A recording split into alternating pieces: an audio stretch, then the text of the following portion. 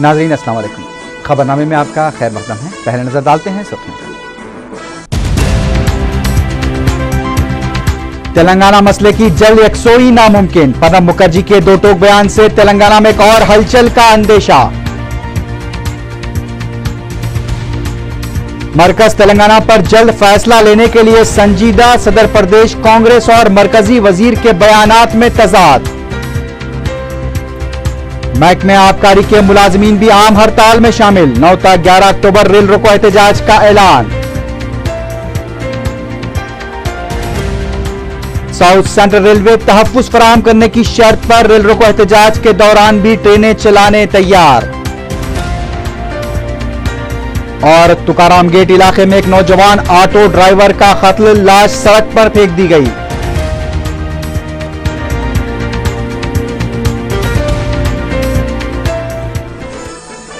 अब खबरें तफसील से।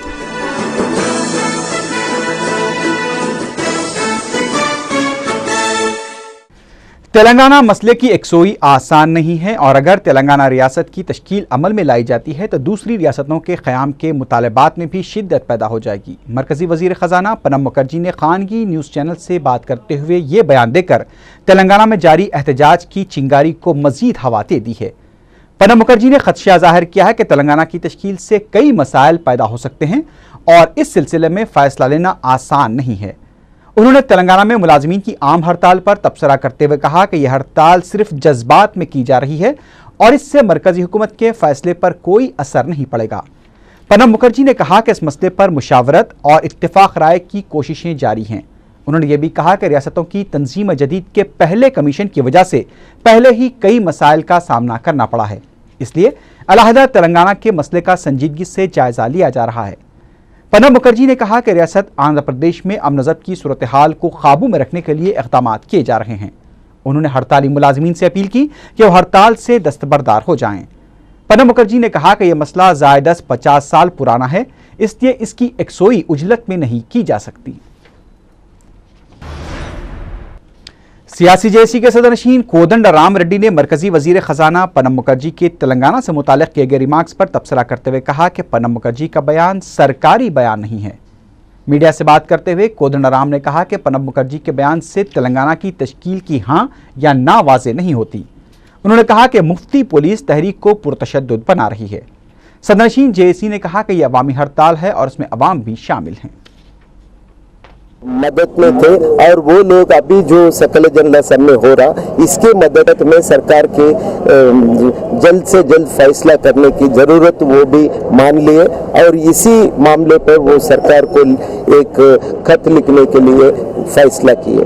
और तीसरी बात, मनमोहन सिंह साहब को हमने ये साफ बताया कि सरकार ये कुचलने की मामले में जो गैर कानूनी हरकतें कर रहे हैं उसको रोकना चाहिए, जैसा कि करंट कम करने का कोशिश हो रहा, लोगों का जो काम किए वो भी मजदूरी रोकने लगे, तो इन पूरे चीज उनको बताए तो उन्हें भी ये काम, ये जो गैर कानूनी हरकतें ये सरकार की रवैया है उसके बारे में कुछ सरकार से बातचीत करने के लिए मान लिए।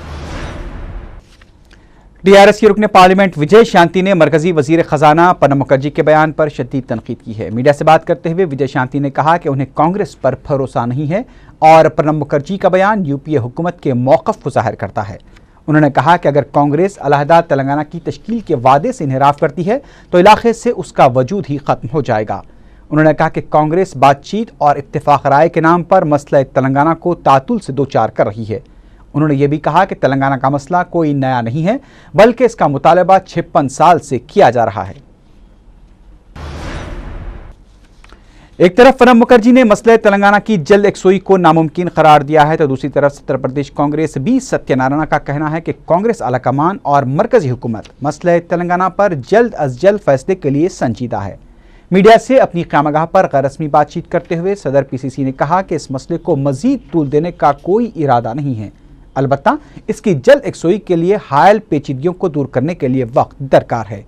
सियासी जेएसी की जानिब से फैसला आने तक एहतजाज जारी रखने के ऐलान से मुतालिक पूछे गए सवाल पर उन्होंने कहा कि वो अपने एजेंडे के तहत काम कर रहे हैं और हम अपनी जिम्मेदारी को बखूबी अंजाम देने की कोशिश कर रहे हैं। उन्होंने अवाम की मुश्किलात को देखते हुए मुलाजमीन से हड़ताल से फिर एक बार दस्तबरदारी की अपील की। बीजेपी का मानना है कि 18 और 19 तारीख को निकाले जाने वाली अडवाणी की रथ यात्रा से पार्टी को आंध्र प्रदेश में मजबूत बनाने में मदद मिलेगी। पार्टी के कायद के लक्ष्मण ने इस उम्मीद का इजहार किया कि इस यात्रा के बाद मुल्क में कई सियासी तब्दीलियां रूनुमा होंगी। उन्होंने प्रणब मुखर्जी के बयान पर तबसरा करते हुए कहा कि इससे साफ जाहिर हो गया है कि कांग्रेस पार्टी तेलंगाना रियासत की तश्कील के हक में नहीं है। అవినీతి నిర్మూలన కోసం చేపడుతున్నారు। మన రాష్ట్రంలో అవినీతి నిర్మూలన తెలంగాణ సాధన అనే నినాదంతో అద్వానీ గారి యాత్రను ఈ రాష్ట్రంలో పెద్ద ఎత్తున ఈ యాత్రను కాంగ్రెస్ యొక్క మోసపూరిత చర్యలు महकमे आबकारी के मुलाजमीन भी चारशंबे से आम हड़ताल में शामिल हो गए हैं। महकमे के तकरीबन 4000 मुलाजमीन ने अलहदा तेलंगाना की हिमायत में हड़ताल में शामिल होने का फैसला किया है। आबकारी मुलाजमीन की हड़ताल के पहले दिन सियासी जेएसी के सदरनशीन कोदंडराम और टीएनजीओस के सरबराह स्वामी गौड़ ने महकमे आबकारी के दफ्तर नामपल्ली पहुंचकर हड़ताली मुलाजमीन से इजहार यगानगत किया।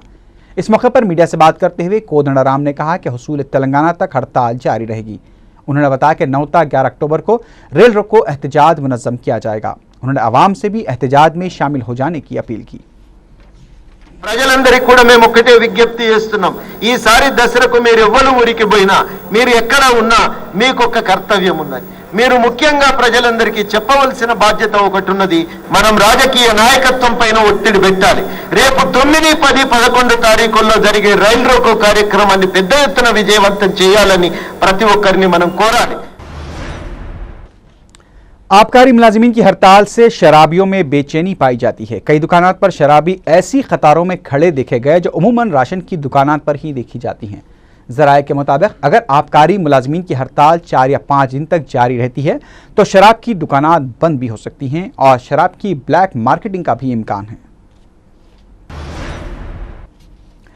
तेलंगाना मसले पर पार्टी सतह पर पेशरफ्त हो चुकी है। अब मरकजी हुकूमत की जानिब से इस पर पेशरफ्त होनी है। मीडिया से बात करते हुए रुकने पार्लियामेंट मधु याशकी गौड़ ने यह बात कही। उन्होंने कहा कि दशहरे के बाद कोर कमेटी का इजलास मुनक्किद होने वाला है जिसमें इस मसले पर तबादला ख्याल किया जाएगा। प्रणब मुखर्जी के बयान से मुतालिक पूछे गए सवाल पर मधु याशकी गौड़ ने कहा कि प्रणब मुखर्जी का बयान नया नहीं है। उनका बयान हलीफ जमातों के साथ बेहतर ताल्लुकात के पस मंजर में दिया गया है। मधु याशकी गौड़ ने चीफ मिनिस्टर पर तनकीद करते हुए इल्ज़ाम लगाया कि वो मसले की खुशगवार एकसोई के बजाय इश्तियालंगेज बयानबाजी कर रहे हैं। टीआरएस के कांग्रेस में इंजमाम की खबरों को उन्होंने मुस्तरद करते हुए कहा कि ये खबरें सीमांध्र कायदीन की जानिब से फैलाई जा रही हैं। गोरखालैंड गानी అది రాష్ట్ర ఏర్పాటుకి నిర్ణయాత్మకంగా కాదు, ఆ ప్రాంతం నుంచి ఉన్న ఫలితాలు విదర్భ రాష్ట్రాన్ని గాని డిమాండ్ కూడా అక్కడ ప్రజల ఉద్యమంగా లేదు। అక్కడ తెలంగాణ మాత్రం గత 2 జనరల్ ఎన్నికలలో పోల్చుకుంటే కీలకమే కాకుండా साउथ सेंट्रल रेलवे के रियासती जनरल मैनेजर विजय मोहन ने कहा है कि अगर हुकूमत तहफ़्फ़ुज़ फराहम करे तो वह 9 ता 11 अक्टूबर रेल रोको एहतजाज के दौरान भी ट्रेनें चलाने के लिए तैयार हैं। सेक्रेटरीट में चीफ सेक्रेटरी से मुलाकात के बाद मीडिया से बात करते हुए उन्होंने कहा कि गुज़िश्ता मरतबा साउथ सेंट्रल रेलवे ने महज एहतियात के तौर पर ट्रेनें नहीं चलाई थी, लेकिन अब वो तहफ़्फ़ुज़ फराहम किए जाने की शर्त पर ट्रेनें चला सकती हैं।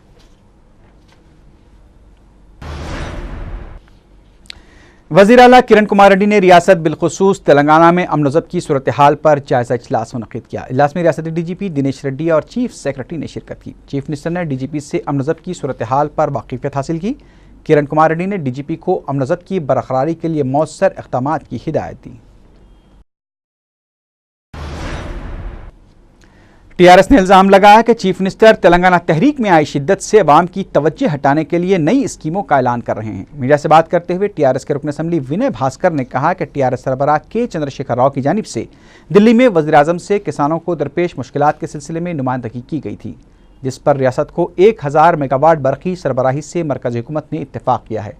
विनय भास्कर ने चीफ मिनिस्टर से भी मुतालबा किया कि वो तेलंगाना अवाम के जज्बात का ख्याल रखते हुए मरकज़ी हुकूमत को अलहदा तेलंगाना की तश्कील की ज़रूरत से वाकिफ़ करवाएं।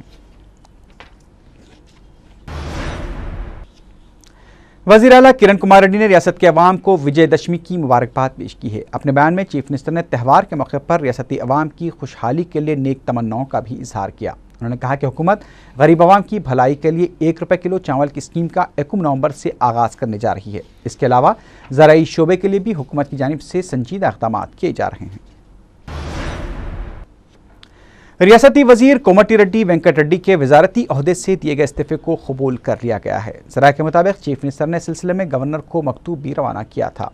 वाज़ेह है कि कोमटिरेड्डी वेंकट रेड्डी ने वजारती ओहदे से इस्तीफे का मकतूब गवर्नर के हवाले किया था, जबकि असम्बली की रुकनीत का मकतूब इस्तीफ़ा उन्होंने स्पीकर को पेश किया था। ताहम अभी असम्बली की रुकनीत के इस्तीफे से मुताल्लिक़ स्पीकर की जानिब से कोई फैसला नहीं लिया गया है।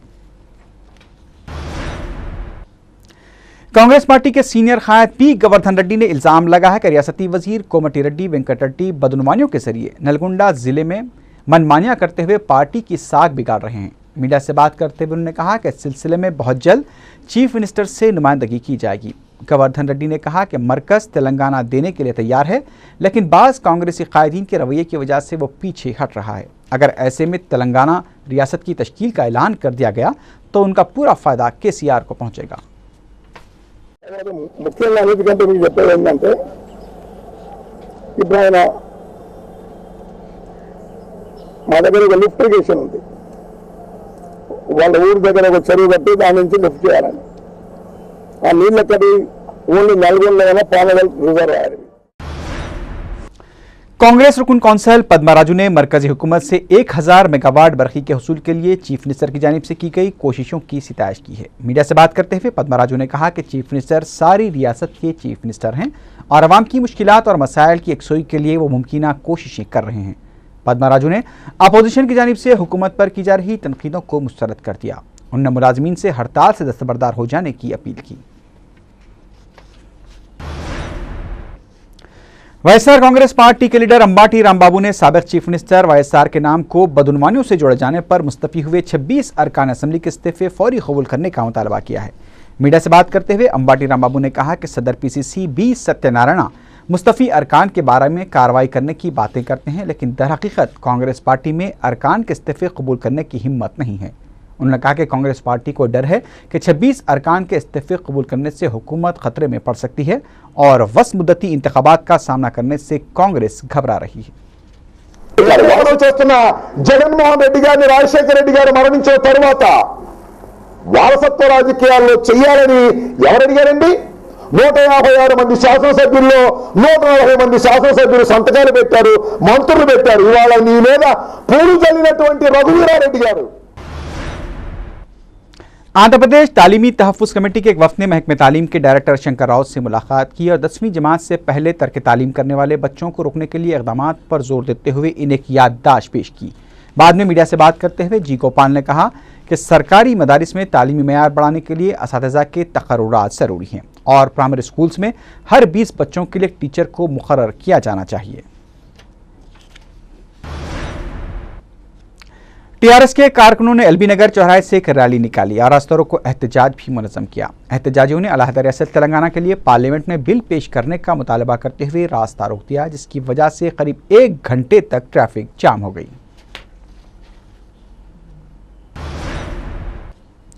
आज़मीन हज का 7वां काफिला मदीने मुनव्वरा पहुंच चुका है। हज हाउस से 299 आज़मीन हज को मौलाना मुफ्ती सादिक मोहिउद्दीन ने दुआएं देते हुए झंडी दिखाकर रवाना किया।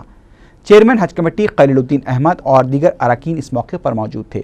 वाज़ेह है कि रियासत से 7100 आज़मीन इस साल हज बैतुल्लाह की सादत हासिल करेंगे और अभी तक 1776 आज़मीन की रवानगी अमल में आ चुकी है। लब्बैक अल्लाहुम्मा लब्बैक, लब्बैक ला शरीक लक लब्बैक, इन्नल हम्द वन्निअमत लक वल मुल्क ला शरीक लक, लब्बैक अल्लाहुम्मा लब्बैक, लब्बैक ला शरीक लक लब्बैक, इन्नल हम्द वन्निअमत लक वल मुल्क ला शरीक लक, लब्बैक अल्लाहुम्मा लब्बैक, लब्बैक ला शरीक लक लब्बैक, इन्नल हम्द वन्निअमत लक वल मुल्क ला शरीक लक, लब्बैक अल्लाहुम्मा लब्बैक, लब्बैक ला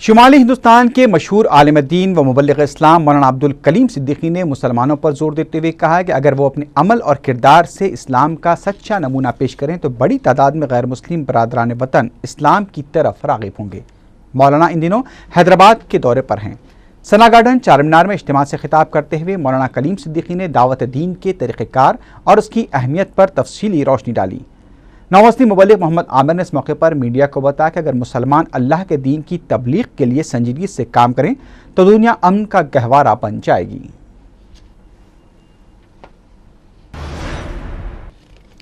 चारमीनार बस डिपो के पास आवाज तंजीम की जानिब से IPS अहदेदार संजीव भट्ट को रिहा करने का मुतालबा करते हुए एहतजाज किया गया। एहतजाजियों ने चीफ मिनिस्टर गुजरात नरेंद्र मोदी का अलामती पुतला नजरातिश किया। उन्होंने संजीव भट्ट की गिरफ्तारी की मजम्मत करते हुए हुकूमत गुजरात से मुतालबा किया कि उन्हें फौरी रिहा करे।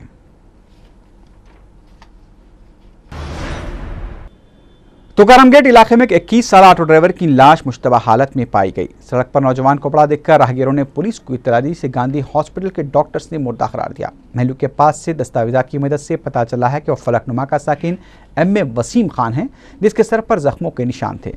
तुकाराम गेट पुलिस के सब इंस्पेक्टर ने बताया कि दफ़ा 302 के तहत केस बुक कर लिया गया है और तहकीकात शुरू कर दी गई है। महलूक के वालिद MA वहीद खां का इल्ज़ाम है कि उनके नौजवान बेटे का कत्ल कर दिया गया है, जबकि वो मुसाफिरीन को लेकर तुकाराम गेट पहुंचा था। सुबह 10 बजे निकला हूँ मैं गाड़ी में। रात में पुलिस वाले फ़ोन करके बोले ऐसा बच्चे का इंतकाल होगा, डेड होगा। मालूम हुआ वो पुलिस का काम है जो कौन मारा क्या है। राजेंद्र नगर पुलिस ने 28 सितंबर की सुबह हुए 3 अफराद के कत्ल का मामला हल करते हुए एक शख्स को गिरफ्तार कर लिया, जबकि उसके 2 साथी फरार बताए जाते हैं। ACP राजेंद्र नगर पुलिस ने बताया कि पुलिस ने गीता, उसके शौहर यादैया और बेटे चंदू के कत्ल के इल्ज़ाम एक शख्स नवीन को गिरफ्तार करके तफ्तीश की तो उसने अपने जुर्म का एतराफ़ कर लिया और बताया कि कत्ल की इस वारदात का असल सरगना प्रवीण है, जो यादैया का पड़ोसी है। उसने बताया कि यादैया ने अपने घर को जाने वाली गली पर कब्जा कर लिया था, जिसकी वजह से 2 हफ्ते पहले इन दोनों के दरमियान बहस व तकरार हुई थी। इस पर प्रवीण ने 28 सितंबर को इन तीनों के कत्ल का मंसूबा बनाया। उसने पहले तो अपने दोस्त नवीन और फैयाज के साथ शराब नोशी की। इसके बाद 28 सितंबर की अगल सुबह 4 बजे यादैया का कत्ल करके लाश को करीबी तालाब के पास फेंक दिया। इसके बाद वो यादैया के घर गए और गीता और चंदू का दरांती से गला काट कर फरार हो गए। पुलिस एक केस दर्ज करके मफरूर अफराद का सुराग लगाने की कोशिश कर रही है। యాదయ్య ఇంటి పక్కనే ఉండేటువంటి బేగర్ ప్రవీణ్ అని తను ప్రాపర్టీ అఫెండర్, దొంగతనాలు చేస్తుంటాడు. అతను పట్టుకొచ్చి మేము ఇంటరాగేట్ చేస్తే అతనే ఇద్దరిని గీతా, చందును మరియు యాదయ్యని కూడా చంపి, యాదయ్యని నీళ్ళ కుంటలో వేసినట్టుగా గీతాని, చందుని చంపి వాళ్ళ ఒంటి మీద ఉన్నటువంటి బంగారం, పుస్తే, కాళ్ళకున్న పట్టీలు, వెండి పట్టీలు అన్నీ దొంగిలించుకొని పోయినట్టు ఇతనికి ఇద్దరు సహాయంగా అదే కాలంలో ఉన్నటువంటి నవీను। गोपालपुरम पुलिस ने सिकंदराबाद रेलवे स्टेशन में खातून को सरका करते हुए रंगे हाथों पकड़ लिया। सब इंस्पेक्टर दिलीप कुमार ने मीडिया को बताया कि पुलिस ने मंगल और चारशंबे की दरमियानी शब 35 साल विजयलक्ष्मी को एक मुसाफिर के बैग से रकम चुराते हुए पकड़ लिया। पुलिस ने उसे अपनी तहवील में लेकर पूछताछ की तो उसने अपने जुर्म का एतराफ़ कर लिया और बताया कि वो सिरसिल्ला की रहने वाली है और मुख्तलिफ जराइम अंजाम देने पर जेल भी जा चुकी है। मियाँपुर चौराहे के पास एक खानगी बस को जला दिया गया। बस ड्राइवर ने बताया कि नामालूम अफराद ने पहले तो ड्राइवर से बस के बारे में तफसील पूछी और जब ने इत्मीनान हो गया कि बस आंध्रा की मिल्कियत है तो उन्हें उसने नजरआतिश कर दिया।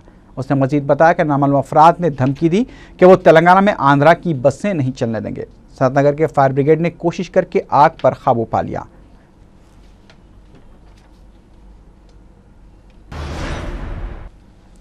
काचीगुड़ा पुलिस ने कॉपीराइट एक्ट की खिलाफवर्जी करने वाले 3 अफराद को गिरफ्तार करके उनके कब्जे से ज्यादा 2,500 सीडी जब्त कर ली। बताया जाता है कि अनंतपुर से हैदराबाद आने वाले तीनों के सामान की काचीगुड़ा बस स्टॉप के पास जब तलाशी ली गई तो उनके पास नए तेलुगु फिल्मों के 2,835 सीडीज पाए गए। पुलिस सीडीज जब्त करके गिरफ्तारशुदा अफराद से मजीद पूछताछ कर रही है।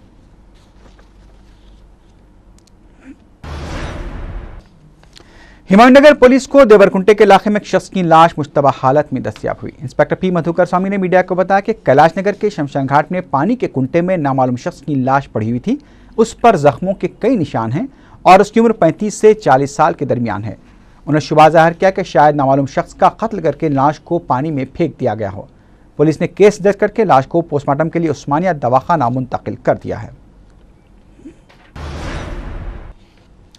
याकुतपुरा रेलवे स्टेशन के इलाके की रौनकों में बिलाल आइसक्रीम के इफ्तिताह के बाद मजीद इजाफा हो गया है। बिलाल डायरी प्रोडक्ट के जिम्मेदारों की जानिब से कायम किए गए इस मरकज का सदर मजलिस बैरिस्टर असदुद्दीन ओवैसी ने इफ्तिताह किया। इफ्तिताही तकरीब में अरकान असम्बली मुमताज़ अहमद खां, अफसर खां, विरासत रसूल खां, अहमद बलाला, रुकन कौंसल अमीनुल हसन जाफरी और डिप्टी मेयर जाफर हुसैन मिराज के अलावा अरकान बल्दिया व मजलिसी कारकुनों की कसीर तादाद शरीक थी।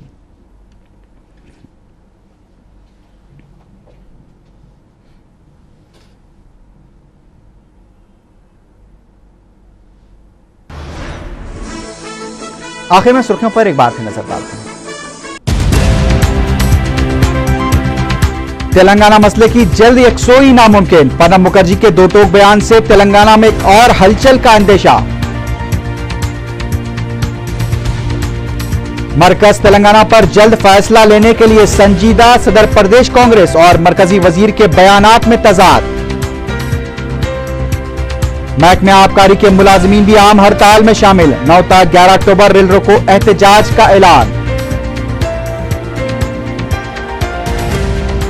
साउथ सेंट्रल रेलवे तहफ्फुज़ फराहम करने की शर्त पर रेल रोको एहतजाज के दौरान भी ट्रेनें चलाने तैयार। और तुकाराम गेट इलाके में एक नौजवान ऑटो ड्राइवर का कत्ल, लाश सड़क पर फेंक दी गई।